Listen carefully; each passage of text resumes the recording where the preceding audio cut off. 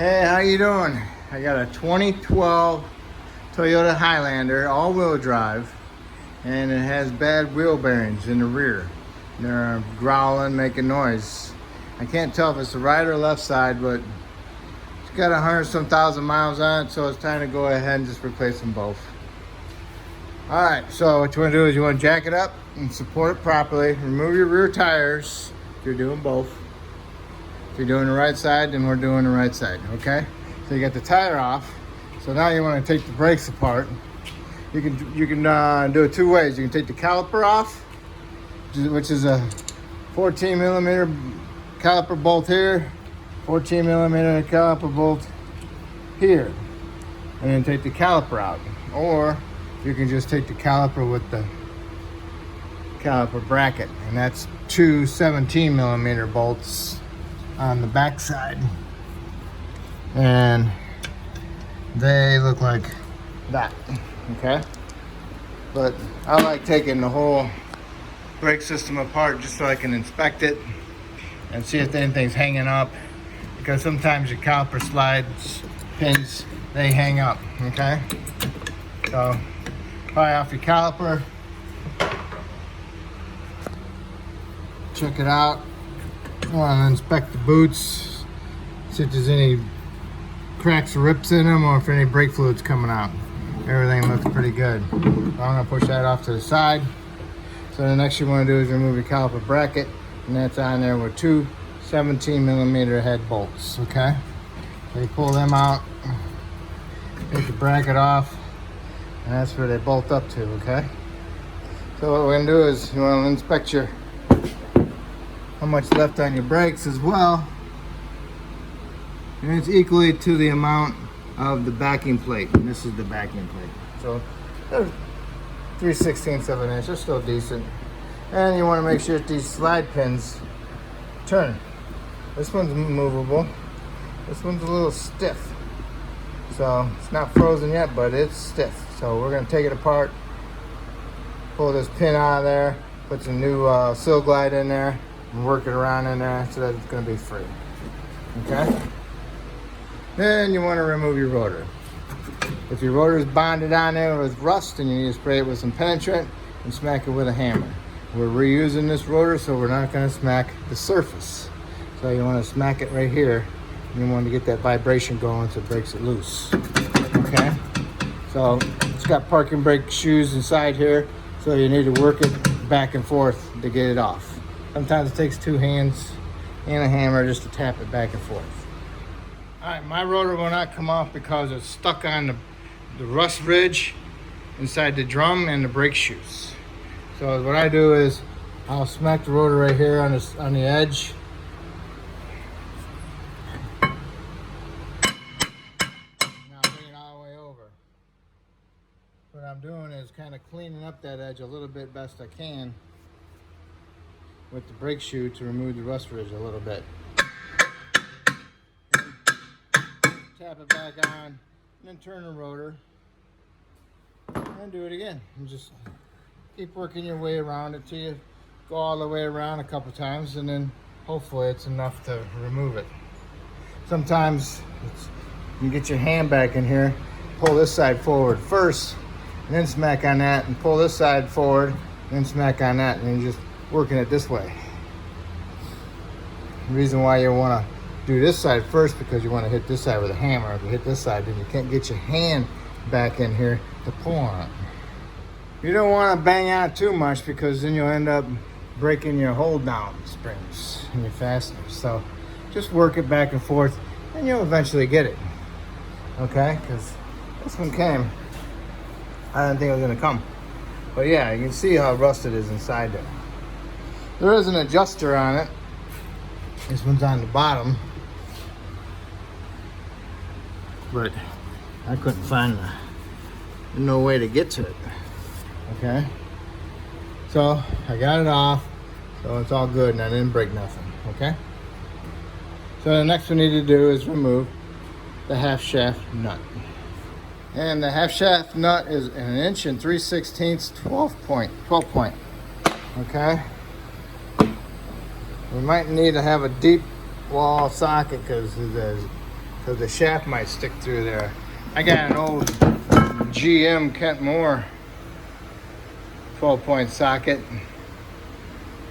I don't know where I got it from, but it works perfect.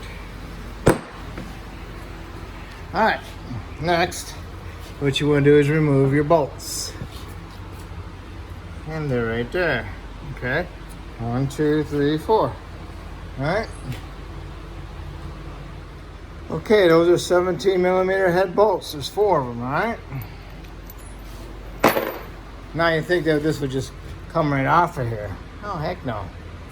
Most of the time when this thing, the hub bearing comes, it takes the backing plate with it. So then you got to jack with that too. So basically what we need to do now is spray some penetrant inside there to get around the hub bearing itself, and then on the back side. So then all that penetrant soaks into the knuckle and that hub bearing, and hopefully it'll allow you to get it off a little bit easier. Just let it soak for a little bit. Maybe go to the other side and start working on that one if you gotta.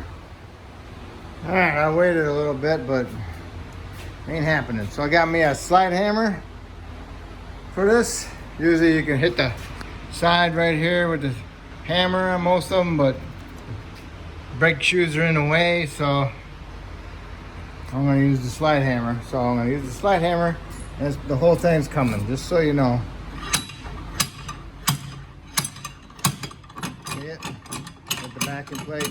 I'm gonna pull it off. It's gonna be stuck on here. It's gonna be hanging with the parking brake cable. All right. I tried removing the ABS wire from there with a 10mm, but it's frozen in there. Hopefully it doesn't damage it.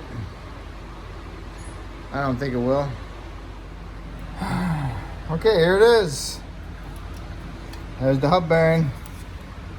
What I'll do is come on the back side and I'll smack the hub bearing in the center with my mini sledge, and hopefully it comes out of there.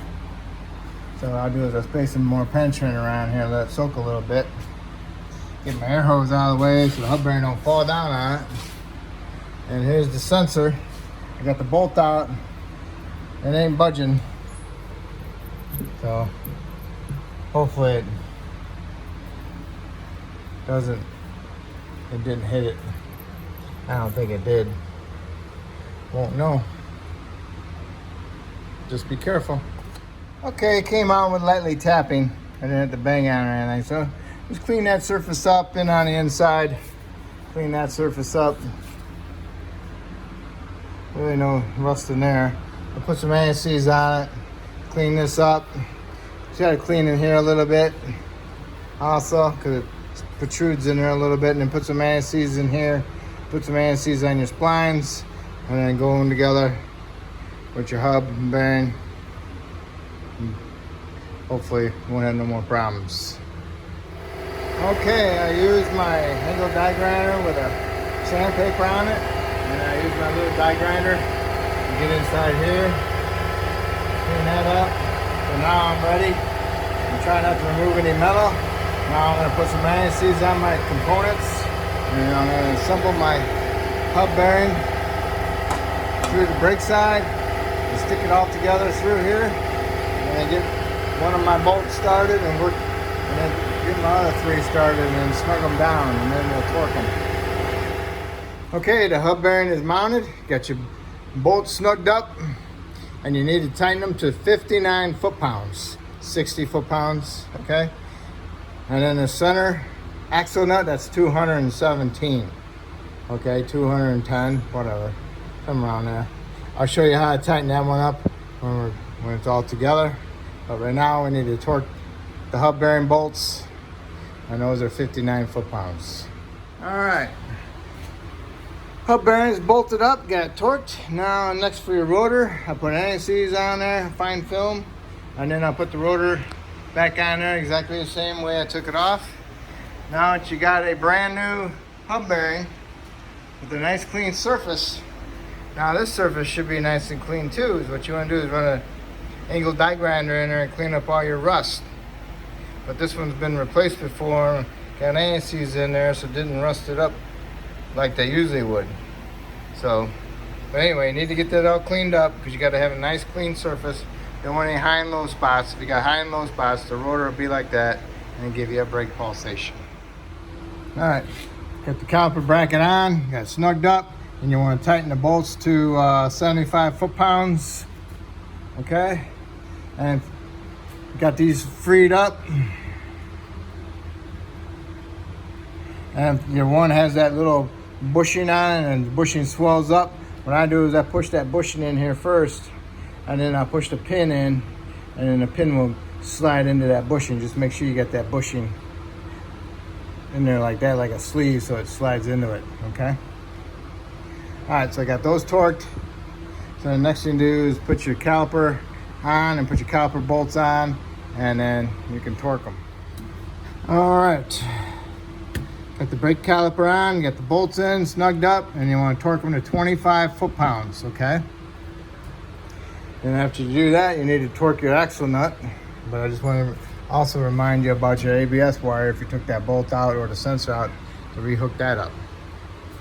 All right, so you want to torque that to 210 foot-pounds. All right, so hold on. All right, to tighten the axle nut, you want to put the tire on, snug up your lug nuts, lower it down to the ground, torque the center nut, the axle nut, to 210 foot-pounds. Once you do that, raise it back up, remove your tire, and there's a groove in this axle shaft. You want to get yourself a chisel and smack that axle nut on that edge there to bend it inside of that little notch, okay? Just like that.